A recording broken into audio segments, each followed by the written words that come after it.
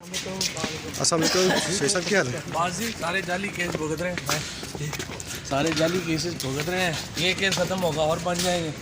पाकिस्तान में ज़ाहिर है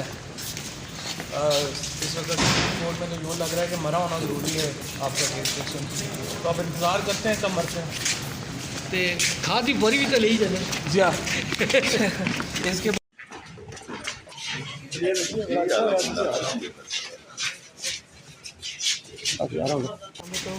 अस्सलाम वालेकुम शेख साहब, क्या हाल है? बाजी सारे जाली केस भुगत रहे हैं, सारे जाली केसेस भुगत रहे हैं। ये केस ख़त्म होगा और बन जाएंगे।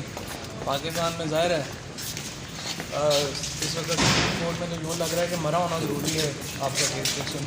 तो अब इंतज़ार करते हैं कब मरते हैं। ते खाद की बोरी भी तो ले ही जाने जी हाँ इसके